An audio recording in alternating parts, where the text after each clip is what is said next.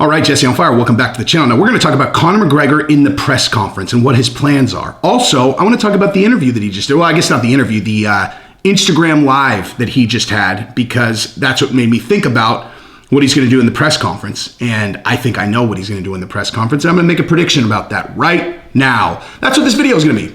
Now, I'm sure anybody who is used to watching my channel must be thinking, why is Jesse sitting at some random table, which looks like a really nice table with a candle in front of it, and not whatever his normal setup is? And the answer is because I'm not at home. I am not in Austin, Texas right now. Austin, Texas. I am in the Bay Area, and I'm going to be here all week. I'm going to be in Napa, son. And this is probably relatively echoey right now, and I apologize for that. So echoey, bad sound quality has been my staple this entire week, or maybe all the time. But nonetheless, I apologize for the bad sound. Deal with it, or complain in the comments. Those are your only two choices. But anyway, we're going to talk about that. I also want to talk about something that I saw Josh Thompson say on his channel relating to his prediction for the Conor McGregor fight, because it's one of the smartest things. So obvious, actually. Very, very, very smart. I was embarrassed that I hadn't thought of it. Like, really embarrassed that I hadn't thought of it. And I haven't heard anyone else say this either, which is why I was like, okay, well, I guess I'm going to add that onto my video today, because it's just shocking that I haven't heard everybody talking about this. But anyway, we'll talk about that and then some other things. So if you like the content, subscribe and ring the bell. If you love this channel, you're going to see some weird setups this week, and I apologize for that in advance. But everybody always goes, stop apologizing. Well, I can't. Okay? I have a really high standard of quality for this video series or whatnot. Also, I finally know what I'm going to do as it relates to the Fabia video. So there is a Fabia video coming 100% now, and it's just a matter of me filming it. So anyway, let's talk about this thing though. So Conor went live, right? Conor did a live on Instagram, and he answered a lot of questions from a lot of fans.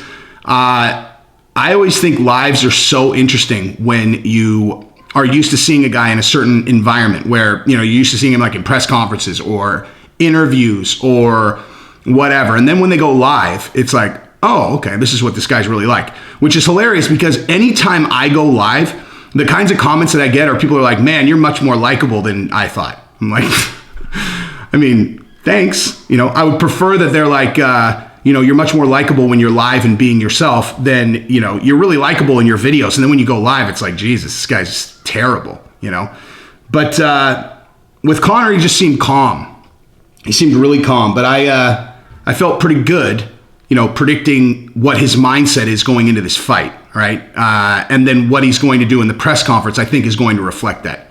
So my read on Conor and what his plan is going into this press conference is, I think he is 100% focused on the fight. I think he's like, there is nothing else. Like, he just sold his business. You got to keep that in mind too. He has no distractions. He's just focused on the fight.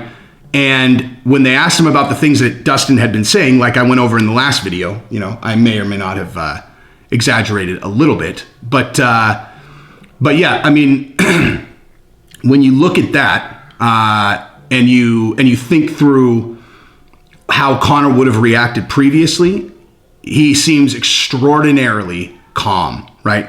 Like, he's not blowing up. He's not trying to respond. He's not trying to talk trash. And I think that is exactly what you're going to see in this press conference. I think Dustin is expecting Conor to go crazy. I think Dustin, and he Dustin even said that. He said he was expecting crazy Conor. And he's going to get something very different. He's going to get very, very calm Conor. And as a result of that, I don't know what that's going to do to Dustin's psyche, but I think as it relates to Conor being in a good place, it's probably the best place that he could possibly be. Which, again, I've told this story on my channel a million times, but the channel's probably grown a lot since the last time I said it. I want to just go over the moment where I went from, I hate Conor McGregor, to he might be my favorite fighter ever.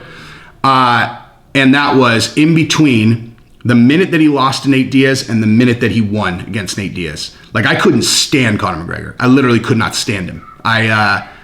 He fought Jose Aldo was my man, dude. I loved Jose Aldo, and not just because he was the champion that never lost, but I watched Jose Aldo fight in WEC. If you go back and you watch the fight where Aldo won by flying knee in WEC, it's got to be, 20 seconds into the fight, he jumped over the fence and then ran up into the crowd. I was there, and he ran right by me, and I was like, Okay, I don't know who that guy is, but he just became my favorite fighter. And then he just happened to then go on and have one of the most successful, if not the most successful career at 145 in the history of the sport. So I love Aldo, loved Aldo. And when Conor just obliterated him in the press conferences, I just couldn't stand him, man. Like, I just could not stand him. I couldn't wait to watch Aldo shut him up. And then he blitzkrieged Aldo in 13 seconds. And it was probably the most, like, unexpected moment that I've ever had watching UFC. So, yeah, I couldn't stand him. So then he goes and he fights Nate Diaz and he loses. And I was, you know, even if I don't like a guy, I never really find myself like stoked that they lost, you know, unless they lost to someone that I really like.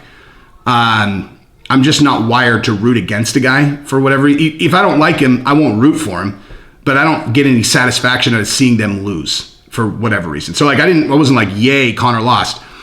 But the way that he handled the loss, I thought spoke volumes about what he's actually like, because he handled it perfectly. He's an incredible loser, man. Like, when he loses, he takes it like a man. He didn't make any excuses. He had lots of excuses he could have made, didn't make any.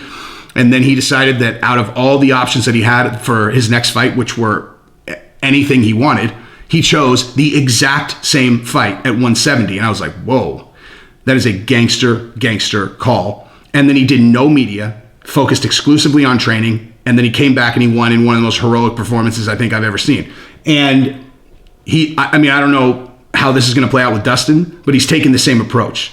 And he hasn't been running his mouth. And even when Dustin finally ran his mouth at Conor didn't respond.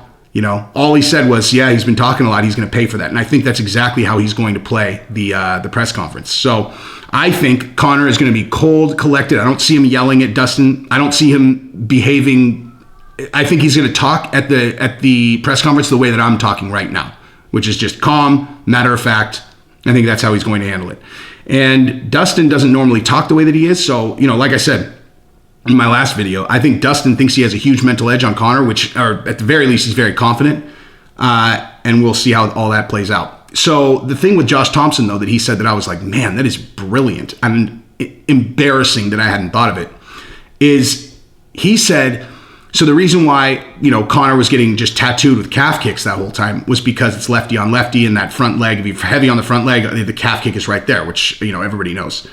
What I hadn't thought about, because everybody's like, yeah, you know, what are you going to do about, you know, calf kick defense? How's he going to get out of getting kicked in the calf? He's got to have a plan. And even I was just thinking, he's going to have to learn how to check him or just get in and out. And Josh Thompson's like, yeah, either that or he's going to kick the shit out of Dustin's front leg. He's going to do to Dustin exactly what Dustin did to him, and Conor kicks a lot harder than Dustin. I was like,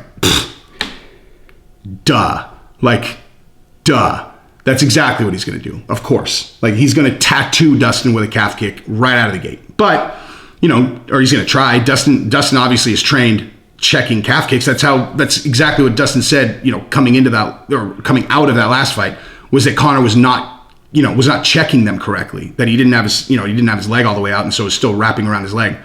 So, you know, that's clearly a person who knows how to check a calf kick, but, you know, knowing how to do it and actually doing it when you got Conor McGregor coming at you full throttle trying to kick your calf are two different things. So anyway, I'm having an incredibly hard time making a prediction in this fight. I keep leaning towards Conor, though. I mean, I don't know, man. I've never seen him, when his back was against the wall, lose. So we'll see. You know, every time he like really needed to win, he ended up winning. So, I mean, that's got to end at some point. But I still think he's going to pull this off, just especially after that Instagram live. I mean, every time either one of these guys talks, I convince myself that that guy's going to win. But yeah, we'll see. Very exciting. That's what I got. Subscribe to the channel. Ring the bell. Peace.